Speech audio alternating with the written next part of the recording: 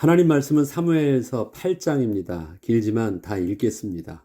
사무엘이 늙음에 그의 아들들을 이스라엘 사사로 삼으니 장자의 이름은 요엘이요 차자의 이름은 아비아라. 그들이 브엘세바에서 사사가 되니라. 그의 아들들이 자기 아버지의 행위를 따르지 아니하고 이익을 따라 뇌물을 받고 판결을 굽게 하니라. 이스라엘 모든 장로가 모여 라마에 있는 사무엘에게 나아가서 그에게 이르되 보소서 당신은 늙고 당신의 아들들은 당신의 행위를 따르지 아니하니 모든 나라와 같이 우리에게 왕을 세워 우리를 다스리게 하소서 한지라. 우리에게 왕을 주어 우리를 다스리게 하라 했을 때 사무엘이 그것을 기뻐하지 아니하여 여호와께 기도하매 여호와께서 사무엘에게 이르시되 백성이 내게 한 말을 다 들으라. 이는 그들이 너를 버림이 아니요 나를 버려 자기들의 왕이 되지 못하게 함이니라. 내가 그들을 애굽에서 인도하여 낸 날부터 오늘까지 그들이 모든 행사로 나를 버리고 다른 신들을 섬김같이 내게도 그리하는도다. 그러므로 그들이 말을 듣되 너는 그들에게 엄히 경고하고 그들을 다스릴 왕의 제도를 가르치라. 사무엘이 왕을 요구하는 백성에게 여호와의 모든 말씀을 말하여 이르되 너희를 다스릴 왕의 제도는 이러하니라. 그가 너희 아들들을 데려다가 그의 병거와 말을 어거하게 하리니 그들이 그 병거 앞에서 달릴 것이며 그가 또 너희의 아들들을 1000부장과 50부장을 삼을 것이며 자기 밭을 갈게 하고 자기 추수를 하게 할 것이며 자기 무기와 병거의 장비도 만들게 할 것이며 그가 또 너희의 딸들을 데려다가 향료 만드는 자와 요리하는 자와 떡 굽는 자로 삼을 것이며 그가 또 너희의 밭과 포도원과 감람원에서 제일 좋은 것을 가져다가 자기의 신하들에게 줄 것이며 그가 또 너희의 곡식과 포도원 소산의 11조를 거두어 자기의 관리와 신하에게 줄 것이며 그가 또 너희의 노비와 가장 아름다운 소년과 나귀들을 끌어다가 자기 일을 시킬 것이며 너희의 양떼의 10분의 1을 거두어 가리니 너희가 그의 종이 될 것이라. 그날에 너희는 너희가 택한 왕으로 말미암아 부르짖되 그날에 여호와께서 너희에게 응답하지 아니하시리라 하니 백성이 사무엘의 말 듣기를 거절하여 이르되 아니로소이다. 우리도 우리 왕이 있어야 하리니 우리도 다른 나라들 같이 되어 우리의 왕이 우리를 다스리며 우리 앞에 나가서 우리의 싸움을 싸워야 할 것이니이다 하는지라. 사무엘이 백성의 말을 다 듣고 여호와께 아뢰되 여호와께서 사무엘에게 이르시되 그들의 말을 들어 왕을 세우라 하시니 사무엘이 이스라엘 사람들에게 이르되 너희는 각기 성읍으로 돌아가라 하니라. 아멘. 우리가 날마다 기도하고 있는 이 땅에서의 하나님 나라가 임한다는 것은 단지 종교적이고 추상적인 개념의 나라를 말하는 것이 아닙니다. 하나님이 우리의 왕 되시고 우리가 그의 백성이 된다는 것은 이 땅에서 사실적으로 누릴 하나님 백성의 모습이며 신앙과 삶을 분리하여 서로 다른 차원에서 생각하지 않고 하나님 한 분만으로 만족하는 삶을 사는 것을 말합니다. 실제로 하나님께서 우리를 다스리시는 것이고 우리는 그분의 법 안에서 순종하며 그분의 보호하심과 인도하심을 따라 하나님 나라의 백성다운 삶을 살아가는 것입니다. 이렇듯 세상 나라에서 하나님의 백성 되어 하나님의 통치하심 속에 살아가는 것이 그리스도인의 삶의 모습이요 비밀인 것입니다. 이것은 세상의 법을 따르지 않는다는 것을 말함이 아닙니다. 세상을 살아가되 하나님의 주권과 하나님의 권위 앞에 서 있는 우리의 모습을 날마다 인식하며 하나님을 경외함 속에서 세상에서도 그렇게 사는 것입니다. 하나님께서는 이스라엘 백성을 애굽 땅에서 바로의 종 되었을 때 저들을 불러내사 하나님 백성 삼아 주신 것입니다. 그리고 광야 40년의 기간은 신앙적 기간이 아니라 현실적인 삶의 현장에서 역사하신 하나님의 실질적인 역사하심이었습니다. 출애굽은 이스라엘의 신앙의 영적 사건이 아니었습니다. 실질적으로 애굽의 바로 왕으로부터 해방을 받는 날이었고 실질적으로 왕 되신 하나님의 백성으로 새롭게 신분이 바뀌는 역사적 사건이었습니다.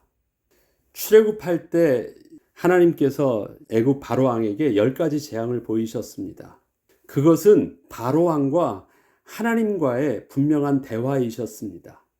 하나님의 실질적인 역사하심이 있었고 실존하심이 있었고 그 다음에 하나님께서 요구하시는 것은 너희 백성이 아니라 내 백성이야 라고 하나님께서 말씀하시며 하나님께서 모든 일들을 진행하신 것입니다. 이것을 자칫 우리가 오해하면 바로 왕은 실질적으로 존재하는 왕이고 신은 추상적인 개념에 그냥 신앙적인 개념으로만 생각할 수 있는데 그렇지 않다는 것입니다. 하나님께서 출애굽을 하시면서 너희가 사람인 바로 왕을 두려워하는데 신처럼 여기면서 두려워하고 있지만 너희가 눈에 보이지 않는다고 해서 하나님은 안 계신 것처럼 생각하는데 그렇지 않다라는 것이에요. 10가지 기적을 통해서 하나님의 실제적인 하나님의 역사를 보여주셨고 저들을 구원하여 주셨습니다. 한 번이면 긴가민가 할 것 같으니까 10번이나 보여주셨습니다.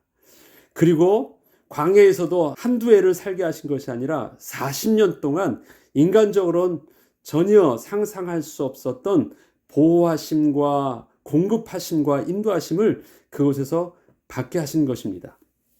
출애굽기 6장 5절로 7절에는 이렇게 말씀하십니다. 이제 애굽 사람이 종으로 삼은 이스라엘 자손의 신음소리를 내가 듣고 누가 들은 거예요?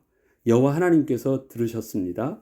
나의 언약을 하나님께서 기억하노라 하셨습니다. 그러므로 이스라엘 자손에게 말하기를 나는 여호와라. 내가 애굽 사람의 무거운 짐 밑에서 너희를 빼내며 빼내신 주체, 동사의 주체는 여호와 하나님이십니다. 그들의 노역에서 너희를 건지며 편팔과 여러 큰 심판들로서 너희를 속량하여 너희를 내 백성으로 삼고 나는 너희의 하나님이 되리니 나는 애굽 사람의 무거운 짐 밑에서 너희를 빼낸 너희의 하나님 여호와인 줄 너희가 알지니라. 여기서 하나님은 추상적인 하나님으로 이스라엘 백성들에게 나타나시는 것이 아닙니다. 실질적으로 거룩하신 하나님이 계시다라는 것을 분명히 보여주시겠다라는 것입니다. 그리고 분명히 구원의 주체가 되신다고 말씀하십니다. 우리는 하나님의 실제성을 그저 신앙적인 차원에서 추상적 개념으로만 생각을 해서는 안 됩니다. 하나님은 이스라엘을 출애굽시키신 실제적 주체이셨으며 광야 40년 동안 실제로 먹이시고 보호하시고 인도하신 실질적 왕이셨습니다. 사람이 떡으로만 살 것이 아니오 오직 하나님의 말씀으로 사는 비밀을 하나님의 백성된 이스라엘 백성들에게 친히 보이시려고 하나님께서는 광야 40년의 그러한 은혜를 베풀어 주셨다라고 하나님께서는 친히 말씀하여 주셨습니다. 우리의 신앙생활에서 실패하는 주된 이유는 신앙과 삶을 분리해서 서로 다른 입장을 취하는데 그 원인이 있습니다. 교회에서 요구하는 믿음은 교회에서 교인답게 살기 위하여 취해야 하는 신앙의 방식인 것이고 또한 세상에서 살아갈 때는 세상 사람들과 잘 어울려 살 수 있도록 세상의 방식도 따라야 한다는 이중적인 삶의 태도입니다. 그런데 지금 본문에서 이스라엘 백성이 사무엘에게 자신들에게도 세상 모든 나라들처럼 왕이 필요하다면서 요구하는 모습을 보면 전혀 다르지 않음을 보게 됩니다. 이중적 삶의 태도를 저들이 보이고 있는 것입니다. 저들 또한 지금 신앙과 삶을 분리해서 생각을 하고 있는 것입니다. 그런데 그 사무엘은 군사적인 왕이 아니었습니다. 율법의 말씀을 가르치는 지도자의 모습이었습니다. 또 스승의 모습이었을 뿐입니다. 그러니까 저들은 이렇게 말을 하는 것입니다. 당신의 신앙적 가르침은 우리에게 신앙적으로는 참으로 유익하지만 그래도 우리가 실질적으로 보호받고 전쟁에서도 이기려면 다른 모든 나라들과 같이 그렇게 우리를 다스려주고 우리를 위해서 싸워줄 왕이 필요하다라고 얘기하는 것입니다. 사무엘을 단순히 버린 것 아니에요. 사무엘에게는 우리가 실질적으로 이 땅에 살면서 필요로 하는 그러한 것은 좀 부족하기 때문에 그러한 것은 우리가 또 필요하다고 이야기를 하는 것입니다. 그런데 우리가 지난 시간에 앞서 읽었던 본문의 내용을 보면 하나님께서 이스라엘 백성들에게 행하셨던 역사들이 있잖아요. 구체적으로 하나님께서는 사무엘 통하여서 사무엘과 함께 하시면서 이스라엘 백성들에게 보여주셨던 증거가 있거든요. 13절로 14절을 보죠. 7장. 이에 블레셋 사람들이 굴복하였다. 다시는 이스라엘 지역 안에 들어오지 못하였다. 여호와의 손이 사무엘이 사는 날 동안 블레셋 사람을 막으셨다. 하나님께서 친히 어떻게 표현하셨냐면요. 여호와의 손이 막으셨다라고 필요합니다. 그냥 우리는 이렇게 표현하잖아요. 하나님께서 은혜를 베풀어 주셔서 이렇게 되었습니다라고 말하는데 그 정도의 표현이 아니라 여호와의 손이 실질적으로 막아주셨다. 이기게 하셨다. 분명히 말씀하십니다. 여호와의 손이 블레셋 사람을 막으셨고 블레셋 사람들이 이스라엘에게서 빼앗았던 성읍이 에그론부터 가드까지 이스라엘에게 회복되었다. 이스라엘이 그 사방 지역을 블레셋 사람들의 손에서 도로 찾았다. 또 이스라엘과 아모리 사람 사이에 평화가 있었다. 여기에는 실질적인 하나님의 구원의 주체가 있으셨습니다. 여호와의 손이 친히 하신 일이었음에도 불구하고 저들은 하나님께 감사하는 듯 하지만 실질적으로 보면 자신들의 열심으로 뭔가를 이룬 줄 착각하고 있는 것입니다. 이것이 이스라엘 백성들의 모습이었습니까? 그들만의 신앙생활의 모습인가요? 우리를 한번 따져보죠. 우리의 모습은 그렇지 않습니까? 우리는 하나님께 기도하고 하나님께 예배하고 감사하고 하나님께 영광을 돌린다고 하지만 여전히 집에 와서 현실적인 삶을 살 때는 여전히 내 걱정은 내가 하고 있고 내가 그만큼 신경 써야 된다고 생각을 하고 있고 내가 관리하고 있고 하나님께 도우심을 구하고 있는 것처럼 보이지만 내 것을 놓지 않고 있는 내 모습을 보면 여전히 이스라엘의 모습과 다르지 않아요. 사무엘을 대하는 태도가 그것이 바로 지금 우리 앞에서 목회자를 대하는 태도요. 또 우리 앞에서 우리 신앙의 선배를 대하고 우리가 하나님의 말씀을 대하는 태도이기도 합니다. 우리에게 신앙적인 좋은 유익함은 있지만 그 속에서 하나님의 권위를 가지고 그 말씀을 내게 받아들이지 않아요. 사무엘은 왕은 아닙니다. 사무엘을 하나님처럼 섬기라는 것도 아니에요. 그러나 그의 말 속에서 하나님의 권위 있는 자의 말로 듣는 것은 사무엘을 섬기는 모습이 아니라 사무엘을 통해서 하나님 앞에 정직한 모습으로 선 저들의 모습인데 그것이 보여지질 않아요. 그냥 보인 것이 이렇게 사무엘을 보고 있습니다. 보소서 당신은 늙고 당신의 아들들은 당신의 행위를 따르지 아니하니 이 말은 뭐예요? 사무엘을 보는 것은 그냥 인간적인 육신적인 모습으로밖에 사무엘을 대하지 않고 있고 보지 못하고 있어요. 모든 나라와 같이 우리에게 왕을 세워 우리를 다스리게 하소서. 우리에게 왕을 주어 우리를 다스리게 하라 했을 때 사무엘이 기뻐하지 아니하여 여호와께 기도하매 여호와께서 사무엘에게 이르시되 백성이 내게 한 말을 다 들으라. 이는 그들이 너를 버림이 아니요 나를 버려 자기들의 왕이 되지 못하게 함이니라. 그렇죠. 사무엘은 존경합니다. 스승으로서 우리를 가르쳐주는 부분으로 존경합니다. 그런데 그것은 왕이 필요하다라는 것은 전혀 다른 차원의 이야기를 하고 있습니다. 백성들 입장에서는 그렇게 얘기하는 거예요. 그러니까 감히 이런 말을 할 수 있는 것입니다. 오해하지 말아주세요. 당신을 무시하는 거 아닙니다. 그렇지만 지금 우리의 국가를 다스리기 위해서는 왕이 필요한 것 아닙니까? 백성들은 그 다음에 지도자들은 뭔가 합리적인 요구를 사무엘에게 하고 있는 것처럼 보이지만 저들에게서는 하나님의 주권을 인정하고 인식하고 영적인 것을 볼 수 있는 영적인 지식은 완전히 전무한 상태인 것입니다. 저들의 왕을 요구하며 내놓는 이유를 보자면 하나님은 전혀 보이지 않습니다. 오늘 읽었던 사무엘상의 내용들 속에서 하나님은 전혀 안 계세요. 세상 왕이 보이고 사무엘이 늙은 것이 보이고 자기 삶들 속에 세상 왕과 비교했을 때 없는 열등한 것이 보이는데 진짜 보아야 될 하나님 백성의 축복은 보이지 않는 것입니다.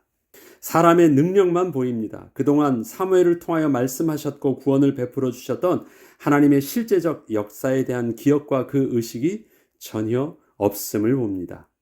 하나님의 백성에게 있어서 가장 큰 축복이 되는 하나님이 함께 하신 비밀은 전혀 보지 못하고 세상 나라들처럼 우리에게는 그렇게 우리를 위해 다스려주고 전쟁에 나가서 싸워줄 왕이 없으므로 불행한 듯 그저 불평을 하고 있는 것입니다. 하나님이 안 싸워주셨습니까? 하나님이 다스리지 않으셨습니까? 그런데 보지 못했어요.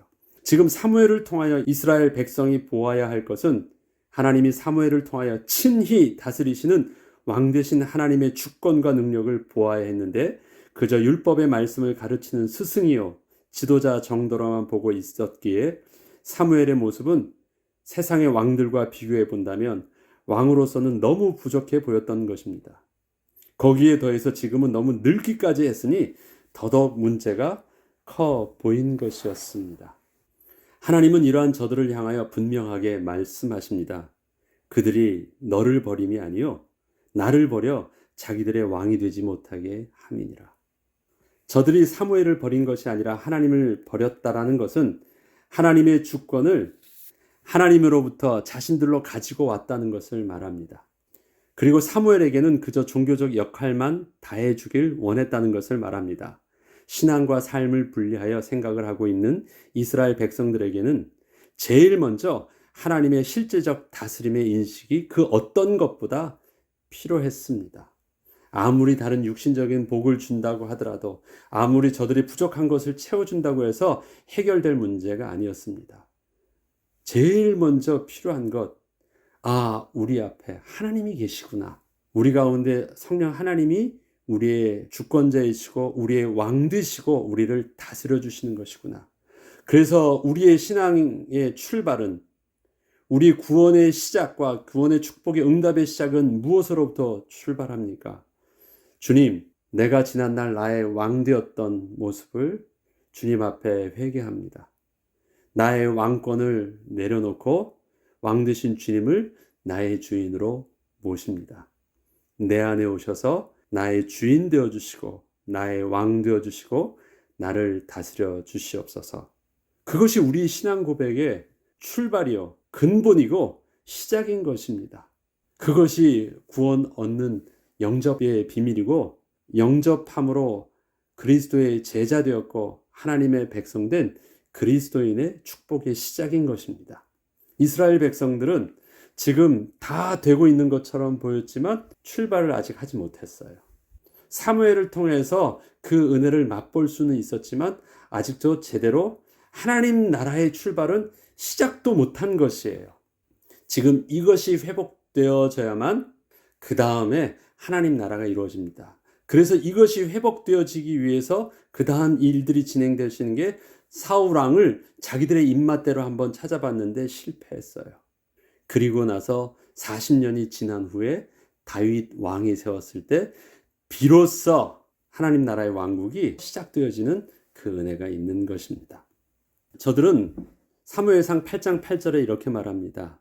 내가 그들을 애굽에서 인도하여 낸 날부터 오늘까지 그들의 모든 행사로 나를 버리고 다른 신들을 섬김같이 내게도 그리하는도다. 여기서 보면요. 왕을 섬기는데 왕을 달라고 하는 그 모습을 보니까 다른 신들 우상 숭배를 하는 그 의식과 전혀 다르지 않은 모습을 가지고 또 왕을 요구하는 것입니다. 우상 숭배하는 그 의식의 가장 근본에는 뭐가 있는 것이냐면 하나님을 모른다라는 것이 있습니다. 하나님을 모르면 왕을 요구하는 것도 아니면 내가 물질을 요구하는 것도 아니면 내가 지혜를 요구하고 지식을 요구하는 것도 아니면 내가 다른 신을 요구하는 것도 모두 다 하나님 외에 더 중요하게 여기고 더 두려워하고 더 필요를 느끼는 모든 것이 다 무엇입니까? 우상인 거예요. 사람들은 우상 숭배한다는 것이 꼭 그렇게 종교적인 어떤 추상적인 개념의 신만을 생각을 하고 있는데 우상 숭배의 정의는 어디 있습니까? 하나님을 모르는 것, 그리고 그 하나님을 모르는 그 무지 속에서 행하는 모든 것들이 다 우상 숭배입니다. 그렇게 하면 좀 더 이해가 쉽습니다. 그래서 지금 왕을 요구하는 저들에게 있어서 하나님께서는 이렇게 사무엘에게 설명해 주시는 것입니다. 내가 그들을 애굽에서 인도하여 낸 날부터 오늘까지 그들이 모든 행사로 나를 버리고 다른 신들을 섬김같이 너에게도 그렇게 하는 것이다. 하나님께서는 이스라엘 백성들이 왕을 요구하는 모습을 우상 숭배를 원하는 모습과 똑같이 보셨습니다. 사람들의 착각은 세상의 생각과 사는 방식은 합리적이고 과학적인 것이고 신앙은 단지 추상적인 개념이라 실제성이 없는 것처럼 말을 하는 것입니다. 그러나 성경은 저들의 세상에서의 삶도 우상 숭배하는 모습과 전혀 다르지 않은 하나님을 믿지 않는 믿음이라고 말씀하십니다. 신앙은 비과학적인 것이고 과학은 그들의 아주 실제적인 거라고 말하는데 아닙니다. 우리가 하나님을 믿는 것이나 저들의 하나님을 믿지 않는 것이나 다 근본엔 무엇으로부터 출발합니까? 믿는 것도 믿음이요, 믿지 않는 것도 믿음인 것입니다. 전혀 다르지 아니한 신앙의 차원에서 있는 것입니다. 저들은 믿지 않는 그 불신앙을 선택한 것, 그런데 그것은 분명히 성경은 말합니다. 그의 아비 마귀가 그를 미련하게 한 것이고 제 것을 말하는데 거짓을 말하는 사단이 그 거짓을 옳다고 말하는 본질상 진노의 자녀의 실존의 모습이라 말하는 것입니다. 지금 이스라엘 백성이 왕을 요구하는 모습에는 지난날 바알과 아스다롯을 취하여 우상 숭배했던 그 영적인 불신앙의 모습을 그 배경으로 그대로 가지고 있는 것입니다. 우리 7장에 미스바에서 회개운동이 있었죠. 그들이 회개하고 막 하나님의 구원을 이룬 것처럼 보였지만 지금 왕을 요구하는 모습은 또다시 못하고 똑같은 거예요. 바알과 아스다롯을 취하여서 우상 숭배했던 것과 다르지 않게 그 형태만 바꾼 거예요. 바알과 아스다롯이 아니라 그 자리에 무엇을 넣어요? 다른 왕을 섬기는 것과 다르지 아니한 영적 배경을 가지고 있다는 것입니다. 그들에 대해서 하나님은 분명히 말씀하십니다. 그날에 내가 저들이 처자하게 깨달을 때 나는 응답하지 않을 것이야. 저들은 지금 하나님을 버리는 것이기 때문에 하나님을 선택하지 않은 것에 대한 대가를 치르는데 어떤 대가를 치릅니까? 하나님이 응답하지 않으시겠다는 것입니다. 하나님이 벌을 내리시겠다라고 표현하지 않습니다. 은혜로부터 떠난 저들에게 있어서 하나님께서 응답 주지 않으시다는 것입니다. 자, 보죠. 그날에 너희는 너희가 택한 왕으로 말미암아 부르짖게 될 것이야. 그날에 여호와께서 너희에게 응답하지 아니하시리라 하니 백성이 사무엘의 말 듣기를 거절하여 이르되 아니로소이다. 우리도 우리 왕이 있어야 하리니 우리도 다른 나라들 같이 되어 우리의 왕이 우리를 다스리며 우리 앞에 나가서 우리의 싸움을 싸워야 할 것이니이다 하는지라. 자, 여기서 이스라엘 백성들이 하나님을 버리는 것이 실수입니까? 아니면 그들의 무지입니까? 이것은 저들이 전인격적으로 선택한 의지입니다. 우연히 어떻게 하다가 실수를 한 일들이 아니에요. 분명히 말했는데 아닙니다. 우리는 이것이 필요합니다. 우리는 분명히 이것을 선택한 것입니다. 우리의 죄는 분명히 그런 것입니다. 하나님께서 응답하지 않는 이유는 저들은 분명히 죄를 지었다라는 것입니다.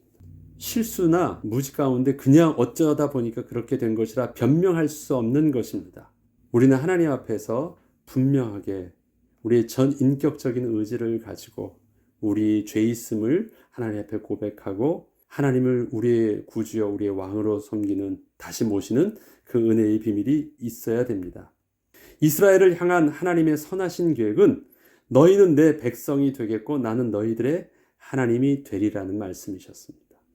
이것은 제가 예레미야서를 지금 인용구로 나왔지만 이것은 출애굽기에서도 계속 반복적으로 말씀하시는 구약에 계속 반복적으로 말씀하시는 하나님의 백성을 향한 분명한 말씀이십니다. 너희는 나의 백성이 되고 나는 너의 하나님이 될 것이야.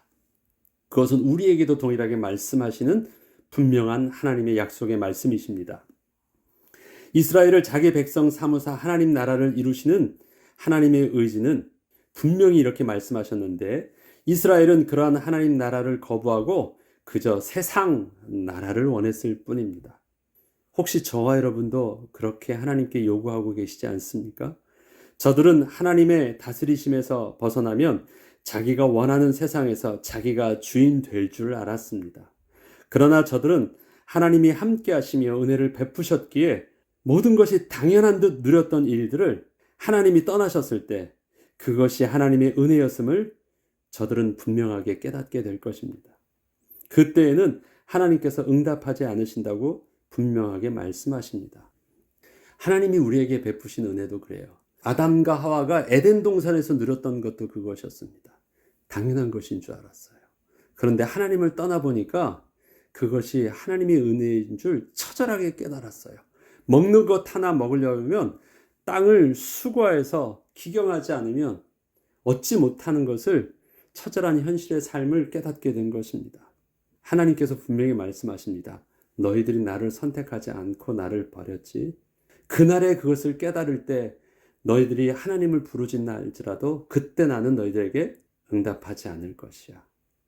이스라엘 백성들에게 응답하지 않을 것이라 경고하셨음에도 불구하고 그래도 우리는 왕이 필요합니다라고 선택했던 왕이 사울 왕이었고 그 대가를 치르면서 저들이 하나님께 은혜를 구하며 또 겸손해지는 과정을 겪습니다. 그 과정이 몇 년이었을까요? 사울 왕이 이스라엘을 몇 년을 다스렸는 줄 아십니까? 40년. 광야 40년처럼 이거 한마디 때문에 똑같이 40년. 하나님께서 가나안의 약속을 하셨는데 거기에는 블레셋과 같은 그들에게 볼 때 우리는 메뚜기 같다고 말하면서 하나님의 약속을 잊어버렸을 때 40년. 하나님이 요구하셨던 그 왕을 거부하였을 때 40년. 그 다음에 나오는 왕이 다윗 왕인 것입니다. 우리는 그러한 인생의 이 땅에서의 긴 40년과 같은 긴 우리가 실패의 시간들은 하나님의 말씀 속에서 우리가 깨닫고 지혜롭게 우리가 미리 실패하기 전에 하나님 앞에서 순종함을 선택하는 은혜를 하나님은 오늘의 말씀을 통해서 우리에게 지혜롭게 가르쳐 주시고 계십니다. 우리는 이것을 교훈 삼아야 되겠습니다. 그리고 하나님 한 분만으로 만족하는 삶의 고백은 우리가 오늘도 실제적으로 고백을 하며 누려야 할 영적 축복이요 비밀인 것을 명심해야 되겠습니다. 이러한 신앙의 고백이 오늘 저와 여러분에게서는 더 계속되기를 주의 이름으로 축복합니다. 기도하겠습니다. 하나님 아버지 감사합니다.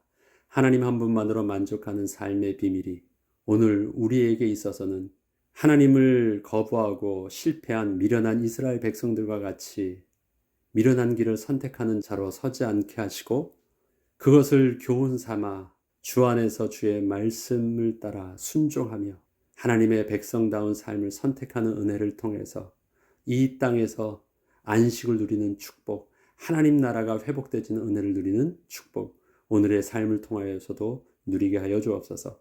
감사드리며 우리 주 예수 그리스도 이름으로 기도합니다. 아멘.